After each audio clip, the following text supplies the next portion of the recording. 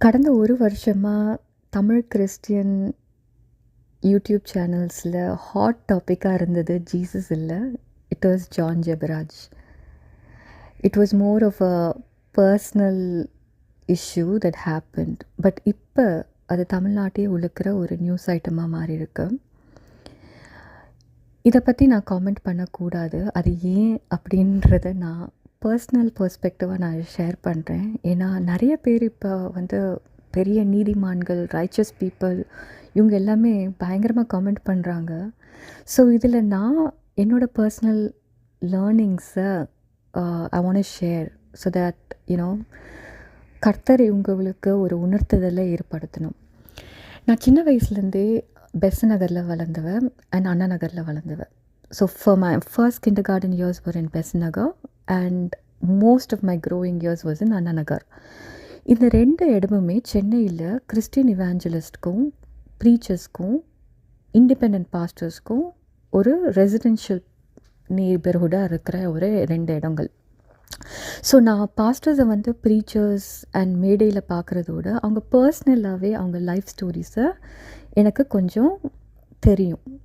எப்படி தெரியும்னா, என் அம்மா, அவங்களோட ஃப்ரெண்ட்ஸ், என்னோடய ஃபேமிலி, இவங்க மூலமாக அவங்க பர்சனல் லைஃப் ஸ்டோரிஸை, real life stories, not fake news, அவங்க ரியல் லைஃப் ஸ்டோரிஸே தெரியும். ஸோ இவங்க எல்லாருமே ஒரு விதத்தில் பார்த்திங்கன்னா கர்த்தரை பற்றி கொண்டிருக்கிறது ஆரம்ப காலத்தில் ஒரு விசுவாசத்தோடு வருவாங்க. ஆனால் ஊழியம் செய்கிற அந்த பீக் பீரியடில் 3 ரீசனில் அவங்க விழுவாங்க. ஒன்று என்னென்னா, பணத்துக்காக ஊழியம் செய்கிறது. இவாஞ்சலிக்கல் ப்ராஜெக்ட்ஸாக போடுவாங்க. லைக் யூத் மினிஸ்ட்ரி, சைல்ட் மினிஸ்ட்ரின்னு சொல்லிட்டு அது மினிஸ்ட்ரியை தாண்டி அது ஒரு சப்ஸ்கிரிப்ஷன் அமௌண்ட் மாதிரி வாங்கி அதுக்கு ஒரு பிளான் போடுவாங்க. ஸோ மோஸ்ட்லி பணம் டைடப்பாகவே இருக்கும். அது ஒரு விதமான ஊழியம். ரெண்டாவது ஊழியம் என்னென்னா, தன்னுடைய பேர் புகழ்ச்சி, தன்னோட ஃபோட்டோ போட்டு போஸ்டர் ஒட்டிக்கிறது, எங்கே பார்த்தாலும் அவங்கள மேம்படுத்துகிற மாதிரியே பேசி கொண்டு இருக்கிறது, எனக்கு ஒரு பெரிய ஹோலி ஸ்பிரிட் இருக்கிற மாதிரியும், தான் உலகத்திலேயே நீதிமான், கர்த்தர் அவங்களோட மட்டும்தான் பேசுவார், மற்றவங்களாம் கேட்கணும் அப்படின்ற ஒரு வைராக்கியம், மேட்டிமை உள்ளவங்களாகவும் அப்படி இருக்கிறவங்க. மூணாவது சரீர பலவீனம், லஸ்ட்டுக்கு விழுகிறவங்க. அவங்கள பற்றி நான் பேசவே விரும்பலை. ஏன்னா அது very very personal issue and it's between God and them. And பிப்ளிக்கலாகவே பார்த்தீங்கன்னா மோசஸ், டேவிட், நிறைய stories, even Abraham in a way had these weakness and it was between God and them.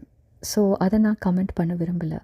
But நான் கமெண்ட் பண்ண விரும்பினது என்னென்னா, என்னை உண்மையிலேயே எரிச்சல் மூட்டினது என்னென்னா, கர்த்தரை வச்சு தனக்கு சொத்து சேர்த்துக்கிறது, தனக்கு பேர் கொண்டு சேர்த்துக்கிறது.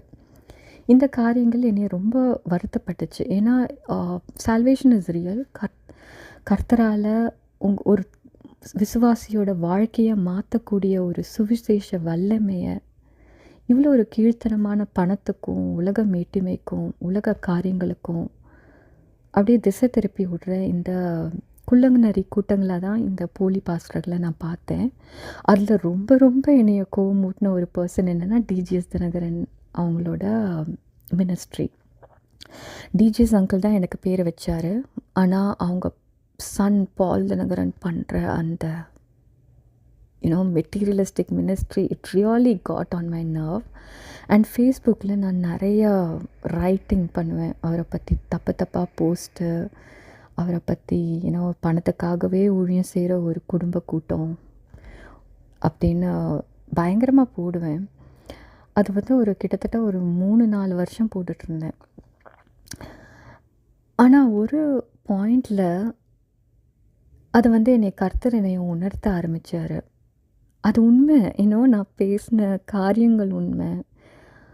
ஆனால் கர்த்தர் என்னைய பயங்கரமாக உணர்த்தினார். ஏன் இந்த மாதிரி ஒரு கர்த்தரால் தேர்ந்தெடுக்கப்பட்ட ஊழியர்கள், அவங்க நல்லவங்க கெட்டவங்கன்றது ரெண்டாவது, அவங்க அவ்வளோ ஆத்துமாக்களை ரீச் பண்ணுறாங்க. ஜீசஸ் கால்ஸில் உண்மையாக சபார்டினேட்ஸ் இருக்காங்க.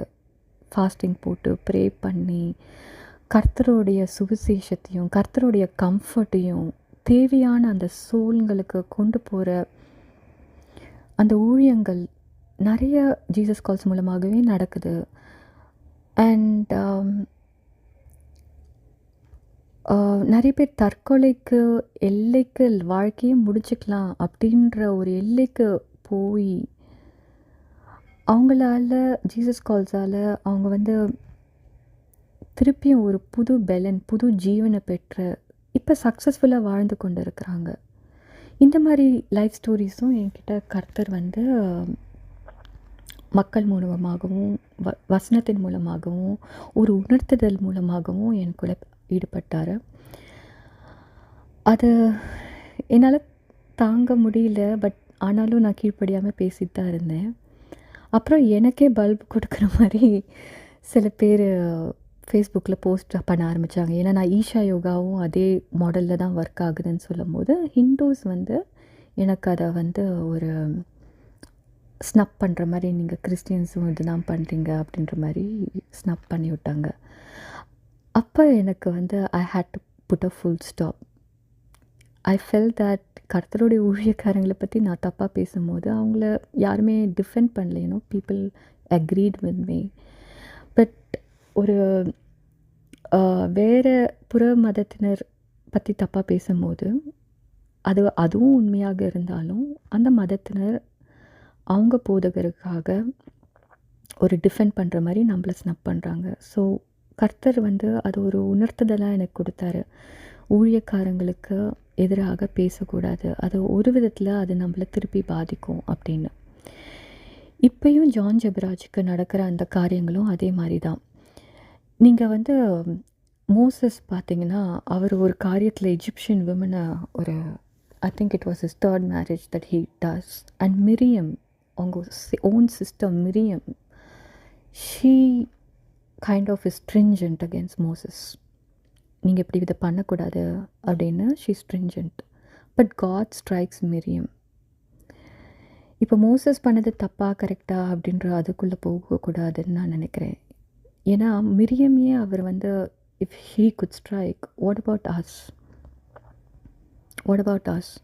What would God think of all the gossips and the comments and everything that's happening against John Jebaraj now? What would God think of John Jebaraj now? It could be real, it could not be real.